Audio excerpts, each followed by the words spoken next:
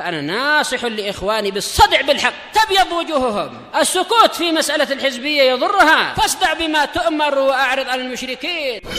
سلامي على دماج ورجالها والشيخ يحيى ودار العلم يا سعد بانيها. بسم الله الرحمن الرحيم. الحمد لله والصلاة والسلام على رسول الله وعلى آله وصحبه ومن والاه. Insyaallah tabaraka wa ta'ala kita akan lanjutkan bacaan kita dari kitab Sifatu Salatin Nabi, tata cara salat Nabi sallallahu alaihi wa ala alihi wa sahbihi wa sallam, di mana barakallahu fikum kita telah sampai pada pembahasan as-sujud. Qala rahimahullah al-khurur ila sujudi ala al-yadain, turun menuju sujud bertumpu di atas kedua telapak tangan. Turun untuk sujud bertumpu di atas kedua telapak tangan. Dan ini barakallahu fikum adalah masalah khilafiyah, di antara perkara yang menjadi khilafiyah. Di antara para ulama seperti yang disebutkan oleh penulis berpendapat bahwasanya seorang sudah berdiri setelah bangkit dari ruku, begitu akan sujud, maka yang dia kedepankan turun adalah kedua telapak tangannya, sehingga dia bertumpukan dengan kedua telapak tangannya begitu akan turun sujud. Pendapat yang lain barakallahu fikum adalah dia bertumpu dengan kedua lututnya, dengan artian yang pertama kali menyentuh tempat sujudnya adalah kedua lutut. Dua pendapat.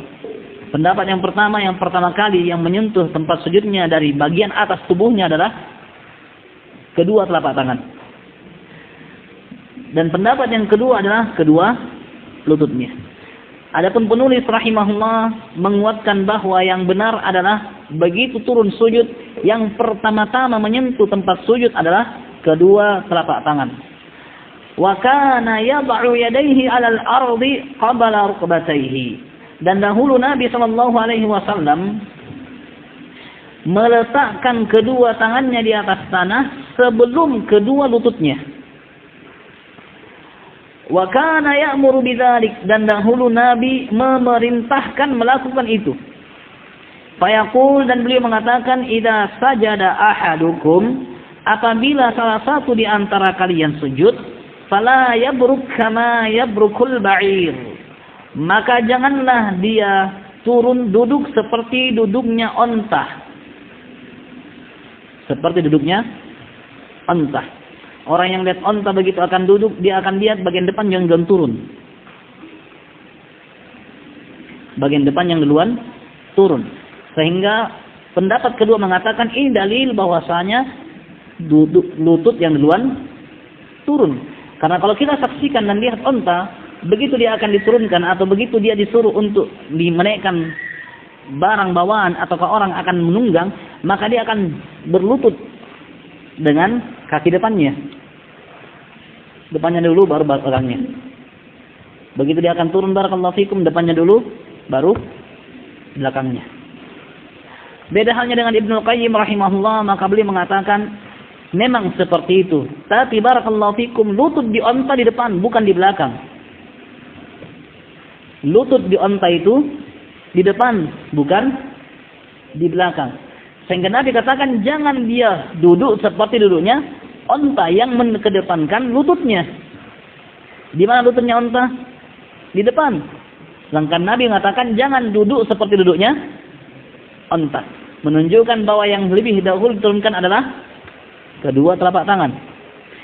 Lanjut lagi, wal yadha yadayhi qabla rukbatayhi, hendaknya dia letakkan kedua telapak tangannya sebelum kedua lututnya. Ini jelas. Nah, walaupun barakallahu fikum para ulama beda pendapat lah. Di sini kenapa berbeda? Jangan duduk seperti onta, tapi Nabi katakan letakkan tangan sebelum lutut. Sementara onta tangannya dulu baru lututnya. Sehingga barakallahu fikum disitulah alasan yang menjadi alasan kenapa para ulama berbeda pendapat. Tapi yang rajih apa yang disebutkan oleh penulis.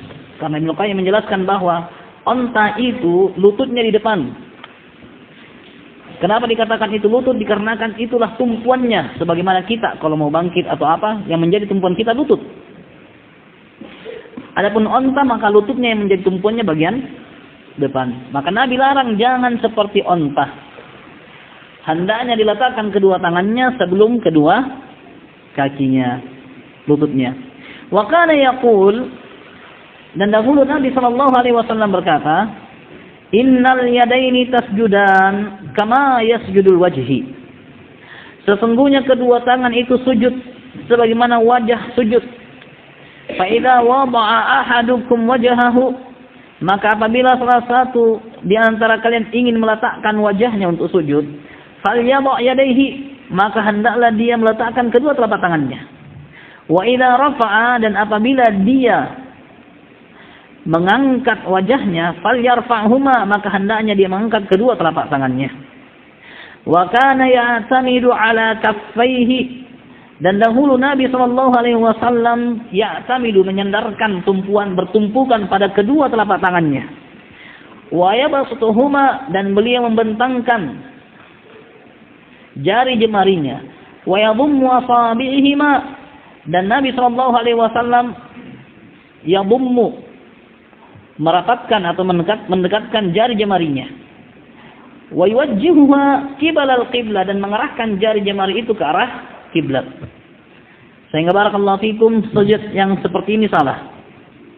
Jari jemarinya tunjuk telinganya atau tunjuk kepalanya. Sujudnya begini.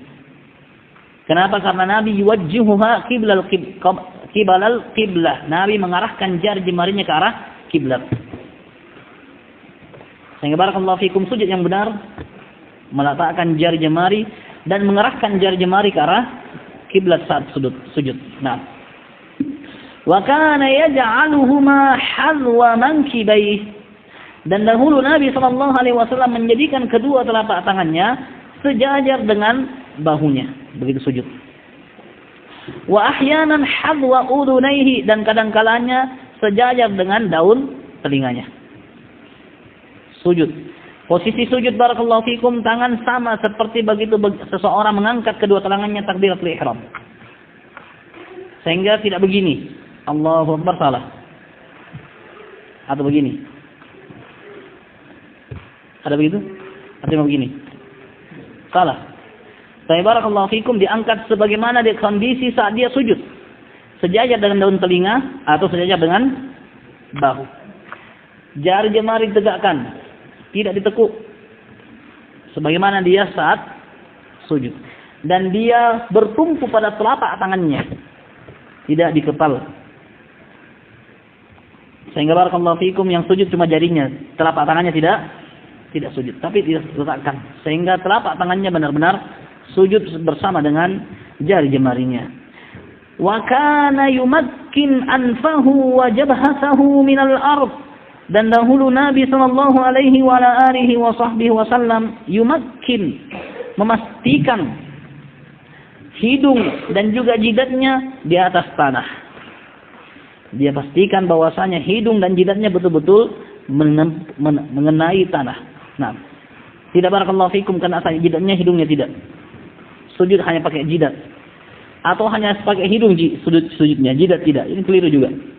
Nabi alaihi salatu wasallam mengatakan, umirtu an asjuda ala sab'ati a'dhum. Aku diperintahkan untuk sujud pada 7 bagian. Al-jabhah, yang pertama kata Nabi, jidat. Wa asyara ila anfi, dan Nabi tunjuk ke arah hidung. Artinya barakallahu fikum, hidung dan jidat satu bagian. Sebagaimana kita harus pastikan bahwa jidat itu betul-betul ada pada tempat sujud, maka demikian juga hidung pada tempat sujud. Bagaimana kalau PC? Kena. Kenapa Nabi tunjuk jidat dengan hidungnya? Nah, kalau tidak ada hidungnya, la yukallifullahu nafsan illa wus'aha. Allah tidak bebankan, karena memang tidak ada. Selama masih ada, diusahakan untuk jidat dan hidungnya mengenai tempat sujudnya. Baik. Wal yadain, kedua telapak tangan. 1, 2, sudah 3. Warukbatain 4 dan 5 kedua lutut. 6 dan 7 qadamain kedua telapak kaki. Nah, ini anggota sujud yang wajib untuk seseorang letakkan dan pastikan berada di tempat sujudnya begitu sujud. Begitu dikatakan kedua telapak kaki tidak boleh diangkat kakinya. Sujud barakallahu fikum, jidatnya, tangannya, tapi kakinya angkat. Biasa begitu? Apalagi kalau galau-galau lagi sholat, kakinya memang di atas goyang-goyang. Tetap dia juga harus sujud dengan telapak kakinya. Nah, sebagaimana barakallahu fikum lututnya, telapak tangannya, maka kedua telapak kakinya juga harus berada di tempat sujudnya. Jangan diangkat. Satu diangkat, satu tidak. Atau satu disilang begini. Kecuali gatal, tidak apa-apa mungkin digaruk. Saya barakallahu fikum diusahakan kedua telapak kakinya juga berada di tempat sujud. Nah, wa qala lil musii salatahu, dan Nabi berkata kepada orang yang buruk salatnya, idza sajadta famakkin li sujudika, apabila kamu sujud maka pastikanlah sujudmu. Dipercaya pasti, jangan asal hanya sekedar asal sujud. Wa fi riwayatin idza anta sajadta, dalam satu riwayat apabila kamu sujud, fa amkanta wajhaka wa yadayka, maka pastikanlah wajah dan kedua telapak tanganmu. Hatta yatma'inna kullu 'azmin minka ila mawdi'ihi, hingga tenang semua persendian tulang-tulang belulang darimu pada tempat-tempatnya.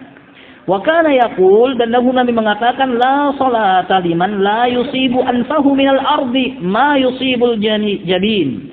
Tidak ada salat bagi orang yang tidak hidungnya tidak mengenai tanah apa yang dikenai oleh jidatnya. Jidat atau kening? Dahinya.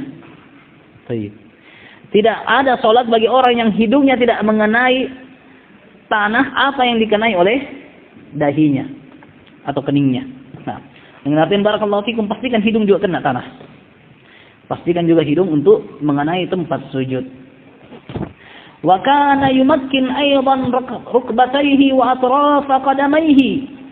Dan dahulu Nabi SAW juga memastikan kedua lututnya dan juga jari jemari atau ujung-ujung dari kedua telapak kakinya. Memastikan bahwasanya ke ujung dari telapak kakinya itu betul-betul mengenai tempat sujudnya. Yang mana ujung kaki?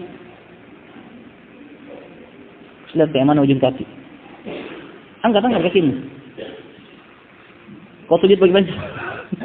Itu tumit itu. Bagaimana cara sujud kau tumit mupasa? Yang mana ujung kaki? Angkat kakimu. Angkat. Baik. Ujung kaki barakallahu fikum, bagian awal tempat jari. Ini ujung. Kalau ini jari, mana ujung kakinya ini? Dia pastikan bagian ini juga kena tempat sujudnya. Bukan dia sujud pakai jarinya. Beda ya. Sujud pakai jari begini.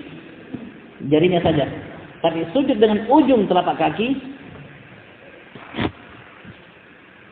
yang ini yang kena. Jelas? Pakai apa sujud orang? Jari kaki atau ujung telapak kaki?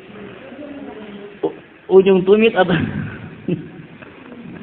bukan ujung di atas, itu tumitnya. Ujung telapak kaki. Kalau ini telapak kaki, ini ujungnya. Jadi dia sujud barakallahu fikum bukan dengan jari, tapi dengan telapak kaki. Nah,